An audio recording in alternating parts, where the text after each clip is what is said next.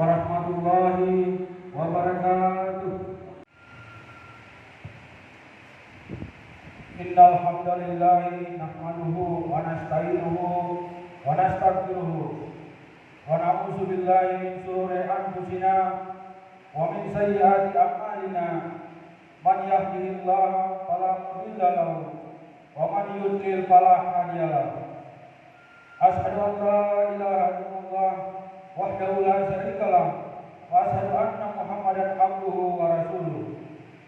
Ya ayyuhallazina amanu taqullaha haqqa tuqatih wa la tamutunna illa wa antum muslimun. Ya ayyuhan nasu taqu rabbakum allazi khalaqakum min nafsin wahidatin wa khalaqa minha zawjaha wa bassa minhuma rijalan katsiran wa nisaa'an wattaqullaha allazi tasaaluna bihi wal arham innallaha kana 'alaikum raqib.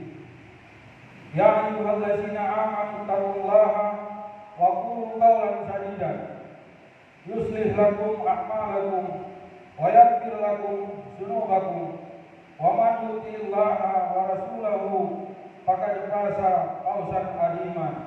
Amma ba'd. Fa inna asdaqal hadisi kitabullahi wa khairal hadi hadi Muhammadin sallallahu alaihi wasallam wa syarrul umuri muhdatsatuha wa kullu muhdatsatin bid'atun wa kullu bid'atin dalalatun wa kullu dalalatin fi nar. Allahumma shalli ala Muhammadin wa ala alihi wa sahbihi wa sallam. Rabbi shrah li sadri wa yassir li amri wa ahlul 'uqdatam min lisani yafqahu qawli. Hadirin jamaah Jumat yang dirahmati Allah Subhanahu wa taala. Marilah senantiasa kita memuji Allah yang telah memberikan kita banyak kenikmatan. Sesungguhnya kenikmatan yang terbesar yang Allah berikan adalah nikmat keislaman dan keimanan. Maka kewajiban kita untuk mensyukuri nikmat yang besar tersebut dengan cara terus beramal saleh dan menggali ilmu Allah yang telah Allah berikan kepada Rasulnya. Lalu beliau sampaikan kepada para sahabatnya. Demikian dari zaman ke zaman, setiap ulama menyampaikan ilmu untuk menjadi sebuah penerang dalam kehidupan kita.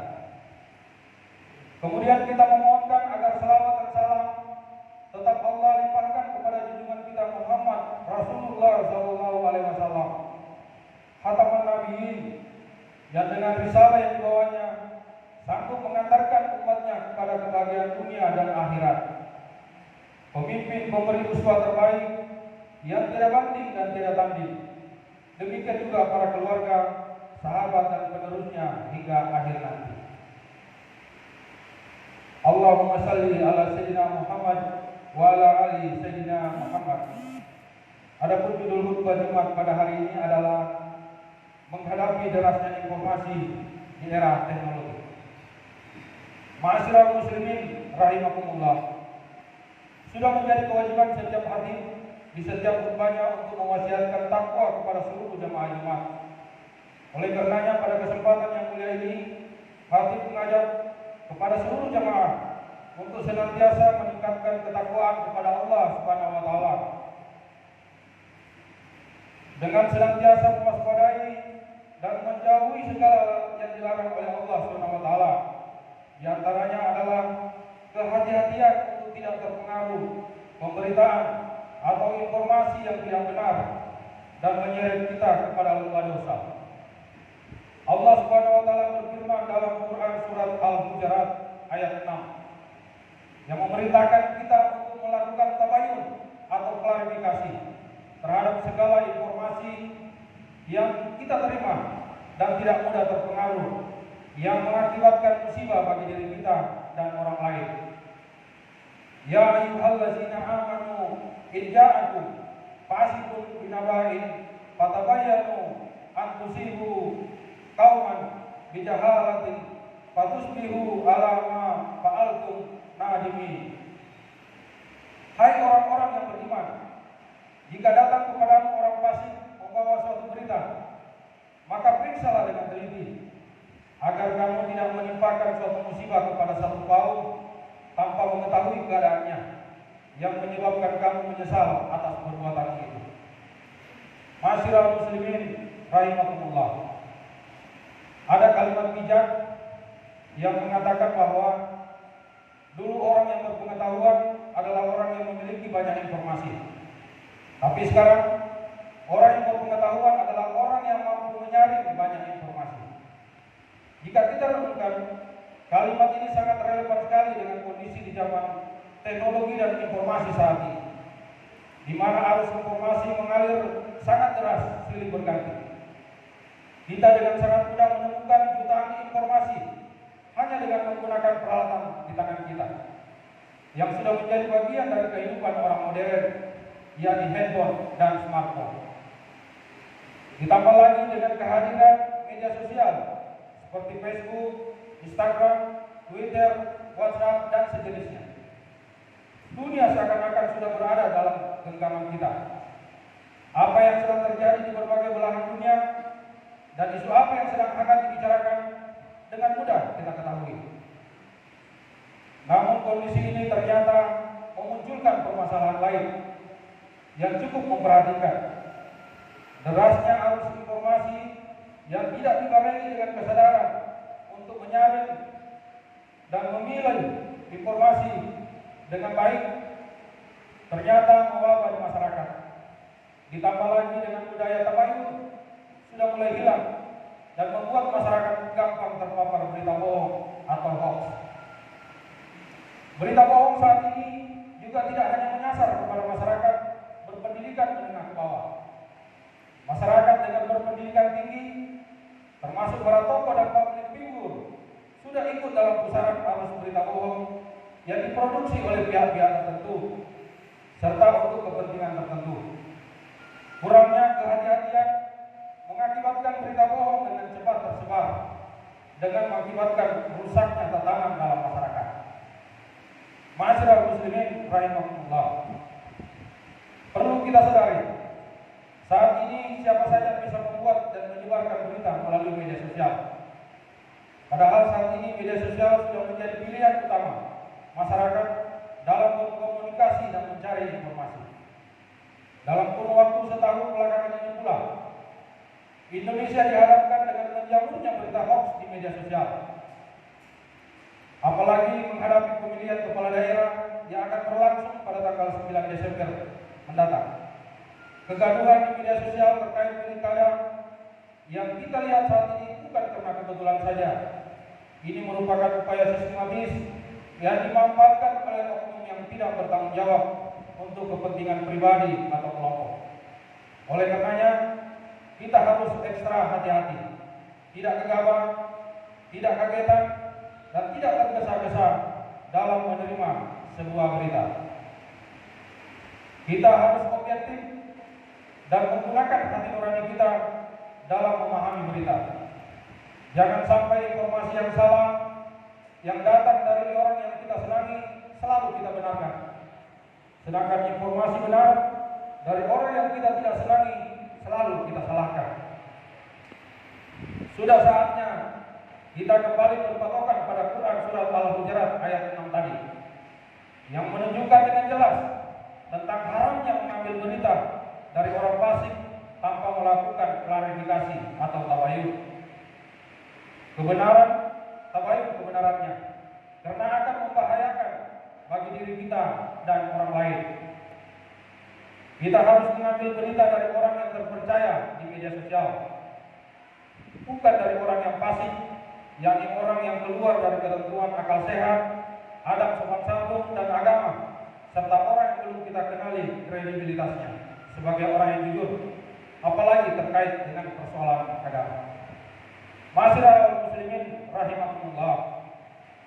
Allah Subhanahu wa taala berfirman dalam Quran surat Al-Ahzab ayat 70 dan 71.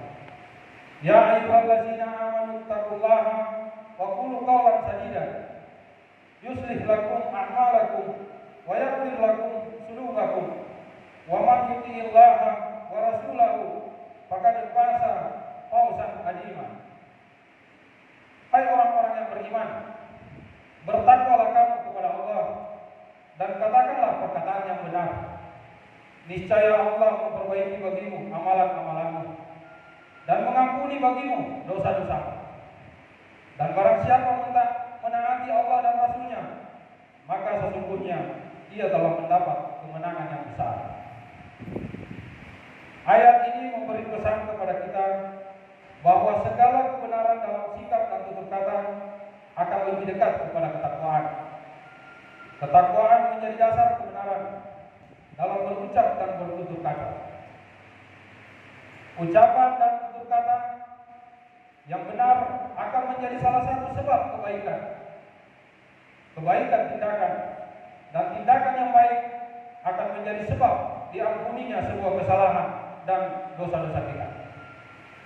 Oleh karenanya, marilah kita kedepankan tindakan dan etika yang baik dalam bermedia sosial dengan tidak memperkeruh suasana, semisal melalui komentar-komentar yang kita tidak tahu duduk permasalahannya. Kegaduhan yang ada di media sosial diakibatkan salah satunya adalah karena orang yang tidak tahu ikut berkomentar karena merasa tahu.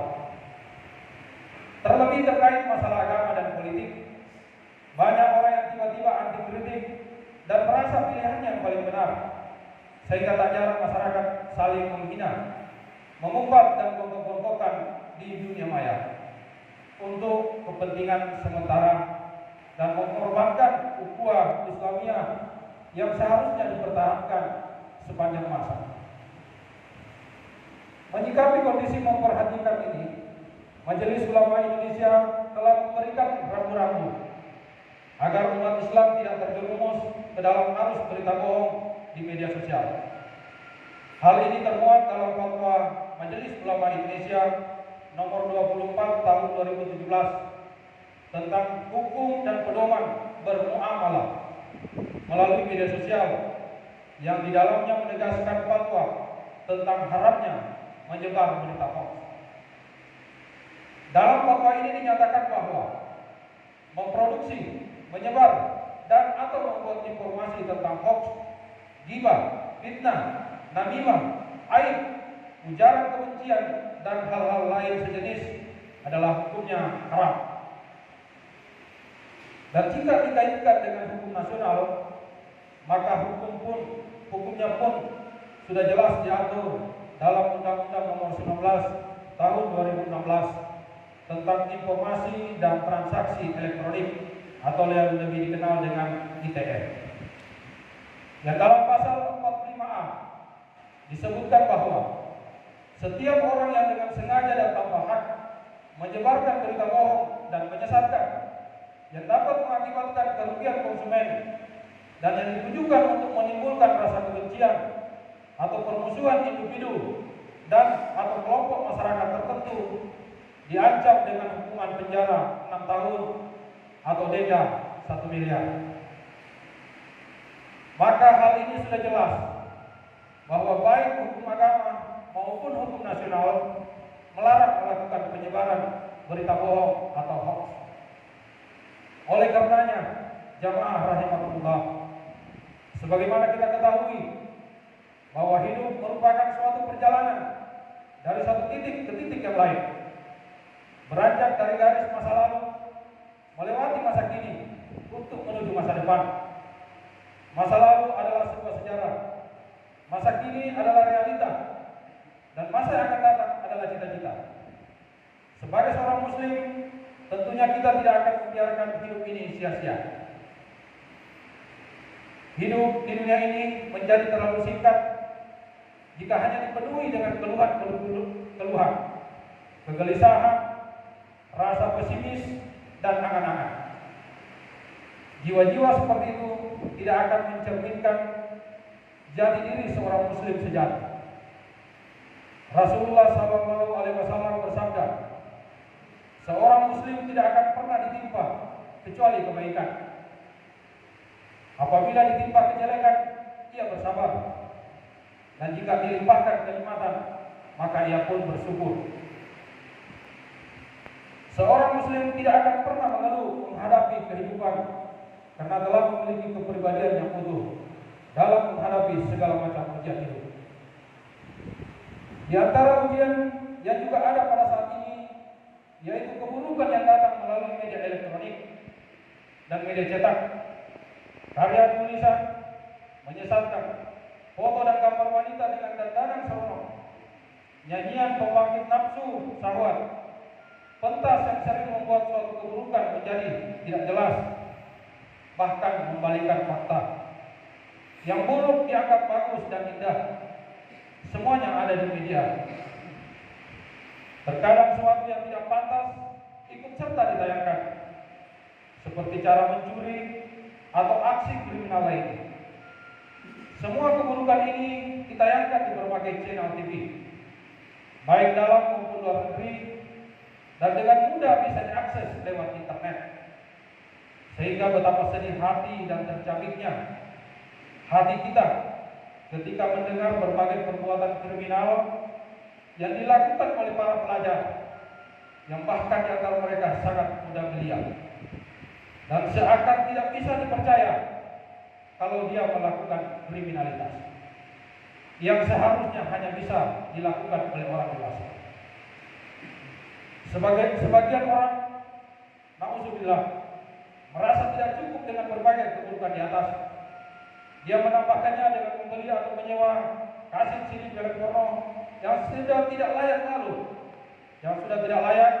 lalu diputar di tengah keluarganya. Tidakkah dia tahu keburukan di sekitarnya sudah begitu banyak, meski dia tidak menghendaki keburukan itu datang di rumah? Ataukah dia merasa keburukan itu belum lengkap? Na'udzubillah, summa na'udzubillah. Tidakkah para penyebar keburukan ini takut ketika mereka dimintai pertanggungjawaban atas beragam keburukan yang diakibatkan keburukannya? Marilah kita lebih selektif lagi dalam menerima berita atau konten di media sosial, media cetak maupun media elektronik. Hendaknya kita tidak langsung mempercayai dan membagi-bagikan berita yang belum jelas kebenarannya. Saring sebelum sharing. Posting hal-hal penting, jangan yang penting posting. Teliti dan pahami terlebih dahulu, karena jika kita tidak berhati-hati, bisa jadi kita akan menjadi orang yang berdosa dengan menjadi penyebar dosa. Cerdaslah dalam bermedia sosial, dan semoga Allah Azza wa Jalla memberikan hidayah kepada kita semua untuk tetap istiqamah di atas jalan yang telah ditetapkan menurut syariat Islam. Dan semoga Allah Subhanahu wa taala senantiasa membimbing kita ke jalan yang diridhoinya. Amin. Amin ya rabbal alamin. Demikian khutbah yang singkat ini, semoga kita mendapatkan pahala di hari Jumat yang penuh bahagia ini. Barakallahu li wa lakum bil Qur'anil azim. Astaghfirullahal azim li wa lakum wa lisa'il muslimina wal muslimat wal mu'minina wal mu'minat. Innallaha ghafurur rahim.